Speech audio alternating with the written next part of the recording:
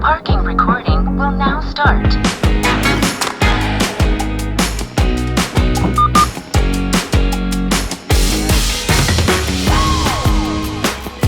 During parking mode, motion detection recording. 8 and event detection recording.